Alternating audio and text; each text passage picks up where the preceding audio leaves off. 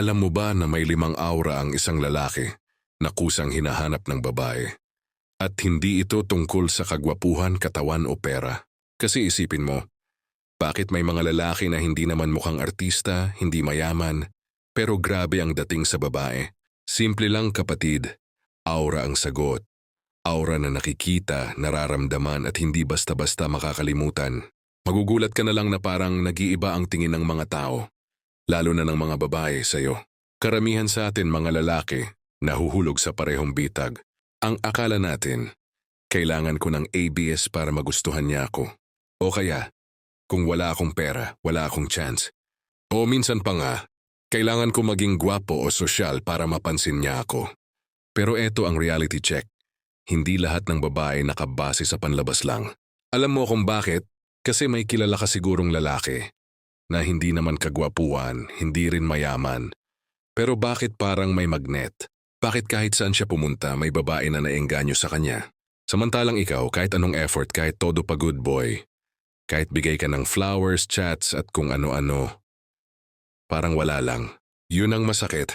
Kung hindi mo naiintindihan kung ano yung kulang, madali kang malulugmok sa comparison, frustration, at minsan desperation. Imagine this, may nililigawan ka, binibigay mo lahat, oras, effort, good morning at good night texts. Pero siya deadma, scene zone. O kung sumasagot man dry. Tapos malalaman mo, yung tipong kalug lang na tropa nyo. Walang effort halos, siya pa ang pinapansin. Bakit kasi hindi effort ang pinapansin? Hindi gifts, hindi status. Aura ang binabasa ng babae.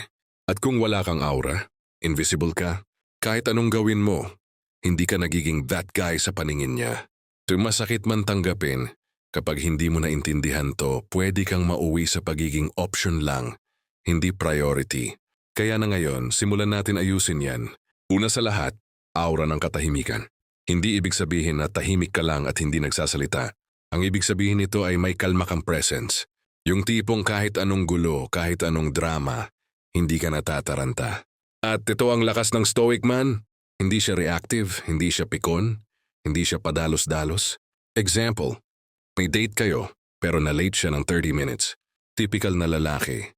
Magagalit, magrereklamo, magiging passive-aggressive. Stoic man, chill lang. Gagamitin yung oras para magbasa ng libro, mag-reflect, or just enjoy the moment. Ano ang epekto? Sa isip ng babae, grabe, hindi siya madali mabasag. Hindi siya kagaya ng iba na nagagalit agad, iba yung presence niya. Doon pa lang, ramdam niya na safe siya sa presensya mo. Hindi mo kailangan ng pera para dyan. Hindi mo kailangan ng gwapong mukha. Ang kailangan mo, inner calm. Pero paano ito i-build? Huwag kang masyadong clingy sa outcome. Pag stress ka, inhale deep, exhale slow. Kahit 3 seconds lang bago sumagot, iba na ang impact. The more na mapapractice mo to, mas lumalabas yung aura mo ng katahimikan. At tandaan, babaeng sanay na sa drama, humahanap ng lalaking may kalma. Pangalawa at sobrang crucial, aura ng purpose. Alam mo yung vibe ng isang lalaki na kahit hindi pa siya successful sa panlabas, ramdam mo na may direksyon siya? Yung parang kahit saan siya tumingin may pupuntahan. Yan ang gusto ng babae. Bakit? Kasi instinctively, babae gusto ng security at leadership. Hindi ibig sabihin na kailangan mong maging milyonaryo agad. Pero kailangan maramdaman niya na hindi ka lutang. Isipin mo, kung wala kang purpose para kang barkong palutang-lutang sa dagat, walang destination, walang drive. I guess what? Kung barko ka na walang direksyon, babae ayaw sumakay dyan. Pero kung may purpose ka, even small purpose, iba ang dating. Example, may plano ka sa career mo. Kahit nagsisimula ka pa lang. May goal ka sa sarili mo, like fitness, business, or skill. May vision ka sa future na hindi lang puro kung sakali. Ito ang mindset ng stoic man. It's not about what happens to me. It's about what I do with my time. Babae na attract sa lalaking may mission. Kasi ramdam niya na hindi siya ang buong mundo mo. At yan ang sikreto. Kasi once na ginawa mong buong mundo ang babae, mawawala yung attraction. Pero kung ang mission mo ay mas malaki kaysa sa relasyon, mas lalo kanyang gustong makasama. Kasi deep inside, babae gusto niya na yung lalaki niya ay may vision. At siya ay magiging parte nun. Ang mga babae hindi lang tumitingin sa itsura mo. Tumitingin sila sa aura. Kung wala ka nito, kahit gaano ka kagwapo, kahit gaano ka ka-flashy, mabilis din mawawala ang attraction niya. Maraming lalaki ang umaasa lang sa panlabas, gym body, branded na damit, social media flex ng kotse o gadgets. Walang masama doon. Pero eto ang problema, panandalian lang ang effect niyan. Pwede ka mapansin pero yung deeper attraction, yung tipong hindi kita makalimutan, hindi mo makukuha sa panlabas. At dahil hindi nila alam yon, nauwi sila sa cycle na ganito. Magpapakitang gilas, mapapansin sandali, mawawala rin yung interest ng babae. Isipin mo, nag-invest ka ng oras, effort at pera para lang mapansin siya. Nagpagwapo ka, nagpaganda ng katawan, binigyan mo siya ng regalo. Pero after ilang linggo, unti-unti siyang nagiging cold. Minsan parang wala na siyang gana sa'yo. Mas masakit pa, bigla na lang siyang interesado sa ibang lalaki na hindi naman kasing flashy mo. Bakit ganon? Simple, kasi may hinahanap ang babae na hindi mabibili. Hindi mapapakita sa material things. Aura na galing sa loob. At kung wala ka nito, wala ring saysay yung panlabas mong pagpapakitang tao. Ikatlong aura ng self-respect. Ito yung ability mong magtakda ng malinaw na boundaries. Hindi ka nagpapaapi. Hindi ka nagmamakaawa. Hindi ka nagpapagamit. Alam mo ba kung bakit sobrang attractive nito sa babae? Kasi karamihan ng lalaki, once na may babae silang gusto, nawawala lahat ng self-respect nila. Kahit di na sila pinapansin, habol pa rin. Kahit nilalagay na sila sa alanganin, kapit pa rin. Kahit hindi na sila masaya, pilit pa rin. At guess what? Wala nang mas turn off pa kaysa sa lalaking walang respeto sa sarili. Kung gusto mong magkaroon ng aura ng self-respect, eto gawin mo.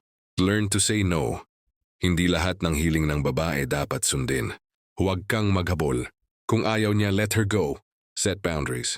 Kung may ginagawa siyang hindi mo gusto, ipakita mong hindi ka papayag. Ang stoic man, hindi cold-hearted pero hindi rin doormat. Kaya niyang magmahal. Pero kaya niya ring umalis kung hindi na siya nire-respeto. At ito ang sekreto.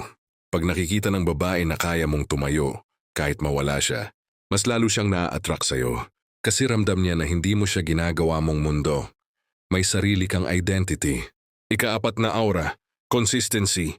Sa madaling salita, katiyakan. Maraming lalaki ang pabago-bago. Ngayon sweet, bukas cold. Ngayon may pangarap, bukas wala na.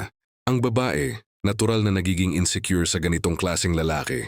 Kasi kung hindi ka consistent, paano siya makakaramdam ng security sa'yo? Kung consistent ka sa values mo. Consistent ka sa actions mo. Consistent ka sa pangako mo. Hindi ibig sabihin na robot ka. Ibig sabihin, predictable ka sa tamang paraan. Example, kung sinabi mong pupunta ka ng 7 p.m., nandun ka. Kung sinabi mong gagawin mo yung project, matatapos mo. Kung sinabi mong seryoso ka sa sarili mong growth, pinapakita mo araw-araw. At eto ang effect. Sa isip ng babae, pwede akong magtiwala dito. Hindi siya pabigla-bigla, hindi siya pabago-bago. At trust, yun ang isa sa pinaka-rare na attractive traits sa mundo ngayon. Kasi isipin mo, kung puro laro at drama ang mga lalaki sa paligid niya, tapos makakilala siya ng isang consistent at reliable guy, kanino siya didikit? Siyempre dun sa hindi nagbabalat kayo. Kung gusto mong malaman, yung pinaka-rare aura na sobrang hinahanap ng babae, eto na yun. Hindi ito madalas sabihin ng babae pero ramdam nila. At kapag meron ka nito, hindi lang attraction ang mabubuo, kundi respect at deep connection.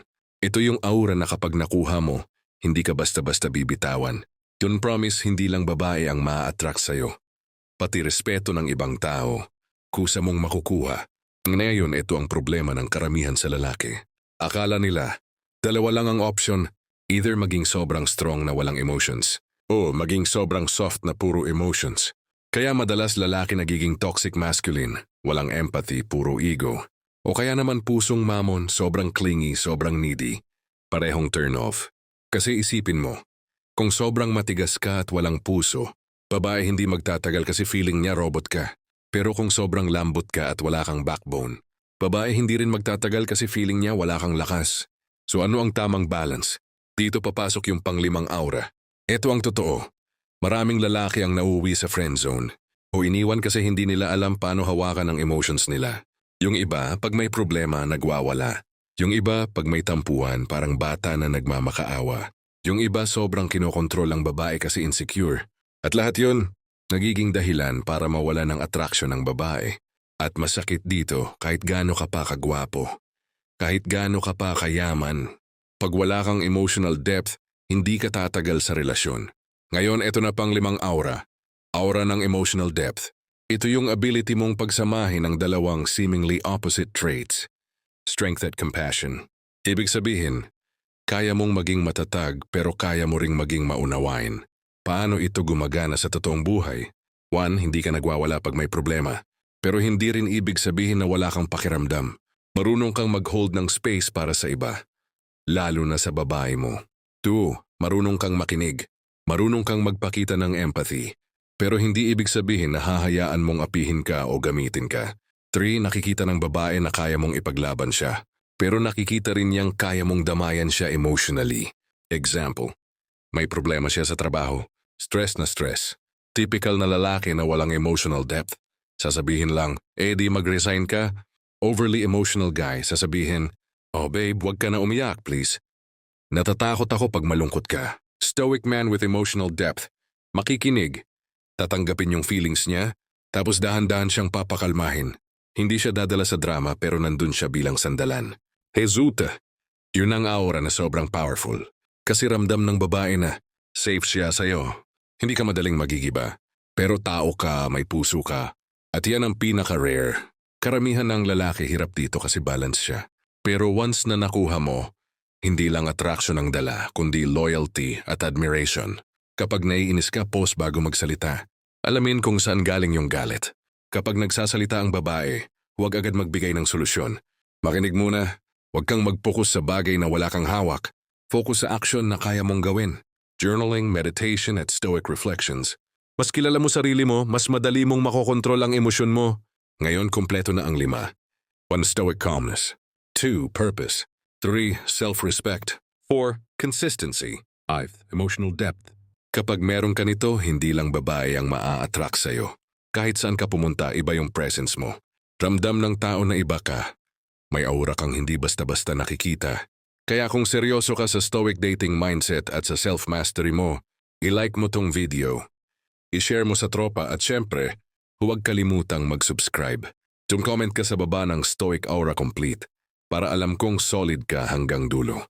Marami pa tayong psychological hacks at stoic secrets na ilalabas dito. So stay tuned, kapatid. See you on the next video.